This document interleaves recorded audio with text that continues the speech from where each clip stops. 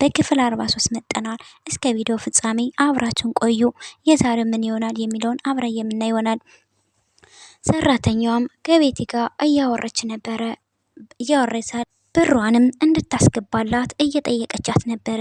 ብቻ አንቺ ብሩን አስገቢ እንጂ ገንዘቡን አስገቢ እንጂ ሌላውን ለኔ ተይልኝ እሰራለታለሁ እያለች ነበረ። ጽናትም ደረሰችባት። ከዛም ደርሼብሻለሁ አንቺ አይንሽ ሊወጣ ነው አለቻት። ታዲያ ጽናትም ምን እያወራሽ ነው? ማንን ነው ምሰሪላት እያለች ነበረ። አይ ልጆችን እየተቆጣው ነበረ አለች በመርበበትና በመደንገጥ እንደዛ ብላ መለሰች። ከዛ ልጅ የለኝም አላልሽም?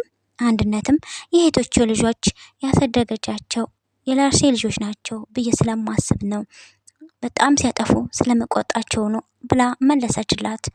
ያው በድንጋጤ ነበር በፍርሃት የመለሰችው ያን ነገር። ጽናትም ከተለየቻት በኋላ ጽናት እየተፈታተንሽ ነው፣ ምን አይነት መንጋጋ እንደገባሽ አላወቅሽም፣ አሁንም እሰራልሻለሁ ጠብቂ እያለ እየዛተችባት ነበረ። ጽናትም የሰራተኛዋን ሁኔታ ካየች በኋላ ወደ ውስጥ ገብታ ይቺ ሴትዮ ምን እየሰራች ነው? ምንም የሰራተኛ ወስ የላትም፣ የሆነ ነገር እያደረገች ይመስለኛል። ለማንኛውም ጊዜ ይፈታዋል እያለች ነበረ። ብቻዋን እያወራኝ ነበር። ኪራም ምነው ብቻሽን ከዚህ መቀመጥ አበዛሽሳ አላት። ሙሽርነት ተሰማሽ እንዴ አላት። ደስ የሚል የፍቅር ጊዜ እንደሚኖራቸውና እሷን ስላገኘ ደስ እንደሚለው ከቤቲ ከሱሲና ከብዙ ነገር እንዳተረፈችው እየነገራት ነበረ። እሷ ግን ይህንም ስትነግረኝ በውለታ እንጂ ፍቅር ይዞክ አይመስለኝም፣ እባክህ እንደዚህ አትበለኝ አለችው። ጽናትም ተንኮለኛዋ ቤቲ የጽናትን ፎቶ የእርቃን ፎቶዋንም በማሳተም ወደ ውስጥ ወረወረችው አደረገችና ይሄ ፎቶ በሰራተኛው አማካኝነት ለኪራ እንዲደርስ ነበረ። ፎቶውንም አንስታ ወስዳ ለኪራ ሰጠችው። ኪራ ሲያየው በጣም ተናደደ፣ ደነገጠ። ማን የሰጠሽ አላት። ማን እንደወረወረው አላወቁም፣ ንፋስ ነጣለው አለችው። እንኳንም አላወቅሽ እያለ ኪራም ባየው ነገር በጣም ተናደደና ወጣ። ከዛም ከተቀመጠበት ተነስቶ ወደ ውስጥ ገባ። አንድነትም የኪራ ሁኔታ ከተመለከተችና ካየች በኋላ ለቤት ደውላ የላከችላት ምን ይሆን እንደዚህ ያደረገው አለችና የእርቃን ፎቶ አሳጥባ እንደላከችለት ነገረችላት። የዛናዋ እሳት የጎረሰው አለች። አንድነትም ኪራ ፎቶን ካየ በኋላ እሱም እረፍት ነሰውና ምንድነው የምትጨናነቀው እያለችው ነበረ። ጽናት ኪራ ሊነግራት አልፈለግም። ለጽናት እችን የመሰለ ቆንጆ ንግስት እንዴት ወደፊት ፍቅር የምሰጣት ምንከባከባት የምችለው እያልኩኝ ነው አላት። እሷም እባክህን ይሄን ያክል ውዳሴና ሙገሳ አታብዛብኝ አለችው። ቤቲም ቤት ድረስ በመምጣት ቤት ድረስ ትመጣና አንድነትን ትወጣና ፎቶውን አይቶ ምን አይነት እንደተሰማው እየነገረቻት ነበረ። ይባስ ብሎ ፎቶውን በአደባባይ እለቀዋለሁ አለችም። ከማድረግሽ በፊት አስቢበት አለች። ቤቲም አደርገዋለሁ፣ እሷ የኔን ፍቅር ስትበትን ምንም አልተሰማትም አለች። አሁንም በአደባባይ እዘወረዋለሁ እያለች ትዝት ነበር ቤቲ። ከዛ እሱ የኔ ጉዳይ አይመለከተኝም፣ እዘውራታችሁ ጨርሱ አለች አንድነት። እኔ የምፈልገው ብር ነው፣ ብሩን አስገቢልኝ እያለች ነበረ። ቤቲም እንደዛ እያለች ይህን ስራ በአግባቡ ካልተወጣሽ የቅድመ ጎዳና እንድትወጭ እስከ ልጅሽ ነው የምትወጪው እያለ መጥፎ ነገር እየተናገረቻት ነበረ። ሴትዮዋ ግን ተይ እባክሽን አንድ ልጅ እንኳን አልወለድሽም እባክሽ እንደዚህ አትበይ እያለቻት ነበረ። ቤትም ጭቅጭቋን ጀመረች። ኪራም አያትና እንዴት ብትደፍሪ ነው እዚህ ድረስ የመጣሽ አላት። ልጅቱም ለንጉስም ንጉስ አለው አለች። ኪራም ሚስቴ ሳታይሽ ካለሽበት ዘወር በይ እያላት ነበረ። ቤቲም ስንት ዓመት የለፈበትን ፍቅሬን በአንዲት ገር ቀየርከኝ አለችው። አንድነትም ከዛ እንደቆመችና ለምን እንደመጣች እየጠየቃት ነበረ። አይ እኔ አላቃትም፣ አንተ የምታውቅ መሰለኝ አስገባዋት አለችው። ሁለተኛ እንዳይለመድሽ። እሷም የተንቀጠቀጠች ወደ ውስጥ ገባችና ቤቲ ግን አሁን ላይ ፈጣጣና አረመኔ ሆና ጨካኝ ሆናለች።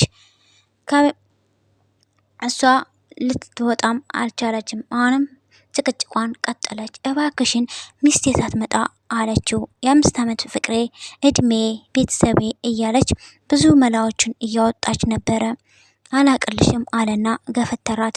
ከዛም የጽናትን ፎታ ሶሻል ሚዲያ እበትነዋለሁ፣ ገላዋን ቀይ ነው እንዴ አለችው። የዛን ጊዜ ኪራ አልቻለምና በጥፊ አንድ ጊዜ መታት።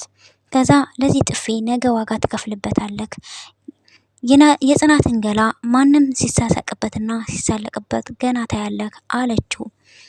ገና ብዙ ነገር ዋጋ አስከፍልሃለሁ እያለች እየፎከረችበት ነበረ። እሱም ታዲያ አንቺን ገድዬ እጄን ለፖሊስ እሰጣለሁ አላት። በዚህ ምድር ላይ የሚያስደስተኝ አልመሰለክ? የበላይነት ለማግኘት የሚንጨረጨሩትን ሰዎች እያች ነበረ። እንግዲህ ከመጥፎ ድርጊቷም ያለመሸነፍ ጥራት እያደረገችና እሷም እንደምትቀጥል እየነገረኝ ነበረች። ኪራም እንግዲህ ከቤቲ ጋር ከተለያየ በኋላ ወደ ኩሽና ሄዶ አንድነትን እያስጠነቀቃት ነበረ። እሱም ቅድም ስለተፈጠረው ነገርም ቤቲ ስለመጣችም ስለፎቶውን ጽናት መስማት የለባትም እያለት ነበር። ጽናትም ወሬያቸውን ሰምታ ነበርና ጽናትም ወዲያው መጣች። ምንድነው እኔ ማወቅ የሌለብኝ አለች ጽናትም። ከዛም ደነገጠና ኪራ እሷም ደነገጠችና ጽናት ስለጠየቃቸው ጥያቄ እኔ ራስ ሰርቼ ላበላሽ ነበረ እንግዲህ በማለት እሱም ሲዋሻት ነበረ። እሱም ወደ ሳሎን ሄዱ። እንደዛ ባሉ ሰዓት ናሆሜም ወደውን መጣ ሳሎን። ናሆሜም ኪራን የሆነውን ነገር እየጠየቀው ነበረ። ኪራ ግን ምንም ሊመልስለት አልቻለምና ደህና ነኝ እያለው ከተቀመጠበት ተነስቶ ጥሎት ሄደ። ኪራም ለመራዊ ሄደና ከቤተሰቡ አንቺ ብቻ ነሽ ለጽና የማትጎጃትና የምታስቢላት፣ ንግግሩንም አላስጨረሰችውምና ልትጎዳት ባልሆነ ታውቃለህ አለችው። ድጋሜ ከሰበርካት የማትነሳ ነው የምትሆነው አለችው። ደግሞ ጽናትም ቀድማ ፈርታ ነበረ እያለችም ወቀሰችው። እባክሽን አንቺ ጸጸቴን አታብዢው አላትና ተቀመጠችበት ጥሏት ሄደ። ቤቲም ኪራን ካፌ ድረስ በመቅጠር ልታደርግ ያሰበችውን ነገር ነገረችው። ወደ ቤቱ የማያስገባት ከሆነ የጽናትን ፎቶ ሶሻል ሚዲያ እንደምትለቀው ነገረችው። ማስጠንቀቂያ ሰጣችውና ምርጫ ሰጠችው። እሷም ወደ ጉዳዩ እገባለሁ አለች። ለምፈልገው ነገር እስከ ጥግ ድረስ እሄዳለሁ፣ ለማንኛውም ካንተ ጋር ከቆየው የሆነ ነገር ሊፈጠር ስለሚችል መሄድ ይኖርብኛል አላችና ከተቀመጠበት ጥለው ትሄዳለች። ኪራም እንግዲህ ፈቃደኛ ስላልሆነለት ቃል ለምድር ለሰማይ ገና ፊቴ ላይ መጠክ ትለምናለህ እያለች ነበር ቤት። ጽናትም ቁጭ ብላ በጣም እየተጨናነቀች ነበረ። ኪራ ምን ሆኖት ነው? ሰሞኑን ተቀይሮብኛል፣ ያጋጠመው ነገር እኔም ውስጤን ሰላም እየተሰማኝ አይደለም እያለች ለሰናይት እያወራቻት ነበረ። ጽናትም ወደ ቤት በመመለስን ኪራን ምን አግኝቶት ነው እያለች ነበረ። ከናሆሜ ጋር እየተጨናነቀች በሳል ኪራም ከቤቲ ጋር ተከትሎ ቤት ገባ። ኪራ ልጃችን የገደለችብን እኮ ናት፣ ለምን መጣች እያለ እየጠየቀች ነበረ። ኪራም ቤቱ እንግዲህ የሷም ነው በማለት ኪራም መለሰ። ጽናትም በጣም አልቻለችምና ኪራን በጥፊ መታችው። ኪራን ስትመታው ቤቴን ምን ልታረጊው ተማታሽ ብላ እጇን ስዘረጋ ኪራ እጇን ያዛት። አንቺ ጭራቅ እዚህ ልምታረጊ መጣሽ በማለትም መራዊም ተናገረቻት። ቤቱ እንዳለ ተተረማመሰ። ቤቱን ፈጣጣነቷን ያኔ ሲወጣ ሁላችሁም ደስ ብላችሁ ነበራችሁ፣ የማልመለስ መስሏችሁ ነበረ አለች። ገና የባሌ ገላ ናፍቆኛል፣ ከሱ መሄድ ይኖርብኛል እያለች ተከትላ ሄደች። ጽናትም ወደ ሰናይ ቤት በመመለስም እንደዚህ ደጋግሞ ሰባብሮኝ እንኳን ለምንድን ነው ለሱም ማሰብለት እያለች ነበረ። ለሰው ብናገርም ጤነኛ ናት አይለኝም የነበረ። ቤቲ ግን እንደዛ ሲወል ካደረግሽበት በኋላ ለምንድን ነው እጅሽን ጎትቶ ይዞሽ የመጣ ለምንድን ነው እያለች ነበረ። ጽናት ከራሷ ጋር እያወራች ምታስነኪው ነው እያለች ከራሷ ጋር እየተመላለሰ ነበር። ምናልባት ቤትን አፍቅሯት ከሆነስ አለች። አረ ምን ሆኜ ነው? ምን አይነት አስተሳሰብ ነው ማሰቡ? አረ በስማም አለች። ኪራም ስለሆነበት ነገር ብቻውን ነበር የሚያስብ። ኪራ በሀሳብ ብቻውን ተውጦ ባለበት ሰዓትም አጅሪት ቤታ ትመጣና እግሬን ሸኝ እያለች ትጠይቀዋለች። እሱም 3ኛ እግር ከፈለግሽ ነው ሲላት ምን ማለት ነው ሲል እሱም ሰብሬ ዶሮ ጠባቂ ነው ማደርግሽ አለና ዋጋ አስከፍልሃለሁ አለችው። እሱም ተናዶ ጥሏት ወጣ። እሱም ታዲያ ጽናትን እሰራልሻለሁ እያለች እየጮች ስለነበረ ሰራተኛው አንድነትም ጩኸቱን ሰምታ ወደው መጣች። በጩኸትም አንድነትም ቤቲ ጠራሽኝ እያለች ነበር የመጣችው።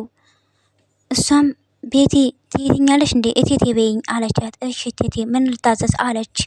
ጽናት ስትይ ተሳስተሽ እንደሆን አለቻት። ስሟን ማንጠር ያለሽ የማልወደውን ሰው ሳይልሽ ማንጠር ያለሽ እያለ ቤቲም እሷንም ጎዳና ላይ አወጣ እንደምጥላት እየዛተችባት ነበረ። ታዲያ አንድነትም ከወለደ አንጃት እባክሽን እኔ እንደፈለግሽ አርጌኝ ልጄን ግን ምን እባክሽም በልጄ አትምጭብኝ አለቻት። አንቺ ነገም ትወልጃለሽ እንደዚህ አይነት ቃል አትናገሪ እያለቻት ነበረ። ቤቲ ታዲያ የሚያስደነግጥ ቃል ነበር የመለሰችላት። አይደለም ቤቲም እንኳን ልጅ እንስሳም በወልድ ካንቺ ልጅ አይስተካከልም ነበር ያለቻትም። አንድነትም በዛ መልሷ በጣም ደንግጣ ነበረ። እረ በስመ አብ በይ አለቻት። የማይሆነው አይታወቅም አለቻት። በዚህ መልሷ ቤቲም በጣም ተበሳጭታ ስታብድ ተመልክታት ነበረ። አንድነትም ወደ ኩሽና ከመመለስ እያለቀሰች ነበረ። እባክህ አምላኬ ሆይ የልጄን ይሁን አስተካክልልኝ ህይወት እያለች ነበረ። አሁንም ሌላ ስህተት እየሰራው ነው። ለልጄ ስል ጎዳና ወጣው፣ ከሰው ቤት አየው፣ ስንቱን ነገር አየው አለች። ስንቱን ፈተና አለፍኩት።